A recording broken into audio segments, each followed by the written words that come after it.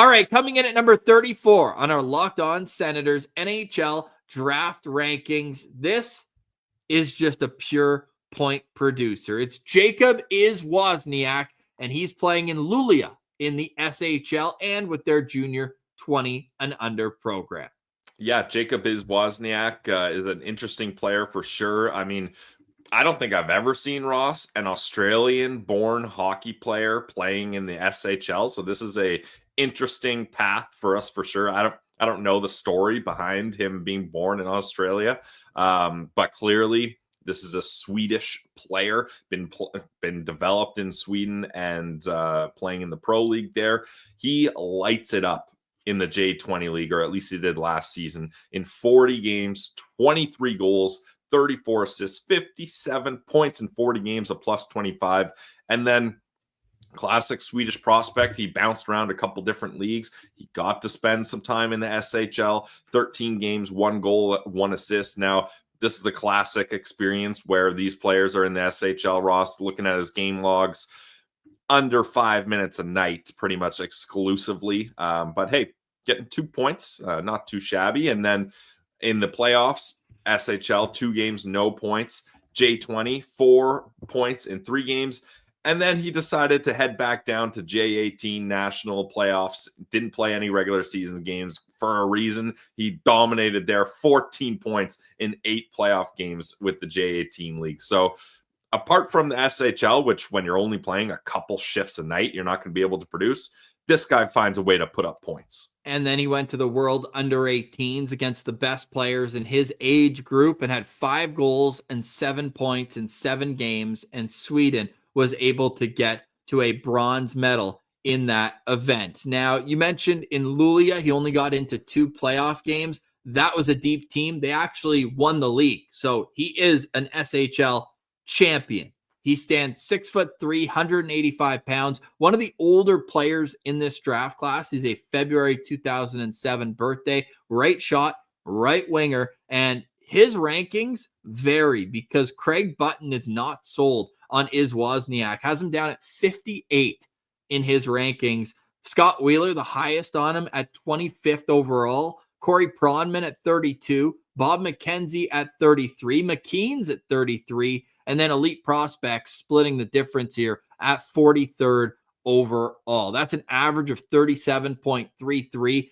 And I just want to build off of what you mentioned this past year, 23 goals, 57 points in 40 games. That's fantastic. Last year in the same league as a 16-year-old had 50 points in 36 games. So this isn't just him coming into his own and being able to figure out the league. He came in as a 15-year-old and even played his first game at the J20 level after dominating in the J18s at that age group. Wherever he's played, he's put up points. You can even go back to when he was 13, 14, where he had more than a goal per game in his age group. Like, he has so many offensive weapons at his disposal. It just feels like it's going to just come naturally to him at every level. And something else that I really like about Ihs-Wozniak is that he just signed a 2-year extension in the SHL. So this won't be a situation where the player will be rushed. I think it's going to be really good for his development to stay in clearly a great organization and learn how to produce against men before coming over to the AHL. A lot of times, Pillsy, we talk about getting players over as soon as possible in your development system. I think the marinating overseas will do Ihs-Wozniak a lot of good. Yeah, a couple things. It's interesting that Button is the lowest on him, Ross, because he got a really good look at him. He was covering the games doing color, I believe, for the U18s, where Ihs-Wozniak had a great performance. So it's funny that he's so low on him when he got to see him dominate there.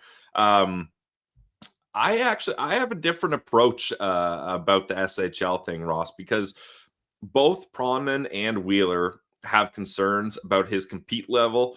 A bunch of scouts that I was reading reports from say he needs to add more physicality. So I actually think it would have been better for him to come to North America. I was a little disappointed that he was staying in the SHL because I think it'd be better for him to, it's clear he's dominating the J20, J18 leagues over in Sweden. I think it would have been better for him to come to North America, stay amongst his peers, but be involved in leagues that add more physicality, whether that's junior, USHL. Obviously, I wouldn't recommend going the NCAA route with that aspect, but I just think unless he's going to get legit opportunities, Ross, him going to the SHL and playing, I don't know if he signed there. Obviously, they see something in him, but I don't see him playing top 6 minutes. He's going to be playing bottom 6 minutes. What, maybe 10 minutes a night? Sure, you're going up against men, so you're going to have to figure out that physicality part of your game, and you're going to have to figure out how to play better on defense because you're not going to be this offensive powerhouse you were in the younger levels. But I don't know. For me, I think it would have been a better move, Ross, to not re-sign in the SHL. Wait till you're drafted, have conversations with that team, that organization, and say, look, I want to play in the SHL. I'm comfortable here, but maybe it would be better for my development path to head to North America. So I don't know if I love that decision for him there. I do. So we'll see how it all plays out. I'm interested to see, and this just feels like a Detroit Red Wings pick. Yeah, I mean, this is their style of player. He's got good vision, decent one-timer. He makes plays in the slot beside the net from the highlights I watched. He puts up the big points, Ross, but there isn't one defining thing about him that excites me. And I think he's got the skill set to be a solid player. Great size, 6'3", 185 pounds, a right wing, right shot forward. But I'm just not convinced he's going to get the role he needs in the SHL to continue his development. And unless you're a team that has the ability to be patient with him, you might be frustrated at how long it'll take, especially, Ross, if you're using a first-round pick on him, which wouldn't be that crazy to use a late first-rounder on Ihs-Wozniak. Yeah, I think he is a late first-round pick, at least when mine come out at the end. We always do our rankings after all of the actual experts do theirs. That's why we average theirs out to get him into 34th on our rankings, Pilsy. Where is he on your Sens star scale? Give him 3 stars, Ross. A lot of these players in this area are 3-star guys for me. You can really tell what scouts were predicting about this being not as deep as a draft. In last year's draft class, in this range, there were players that really excited me. I had a lot of 4-star guys that I thought could be steals if they fall to this far in the draft. This year, I'm not getting those same vibes. Not to get down on these players, but the talent certainly isn't the same as last year's draft class. Again, I think he's going to be a nice player, but not one defining attribute. And if I'm the Sens, I'm not taking him at 21. Jakob Ihs-Wozniak comes in at number 34 on our Locked On Senators NHL draft rankings. You can find all of our draft profiles on YouTube.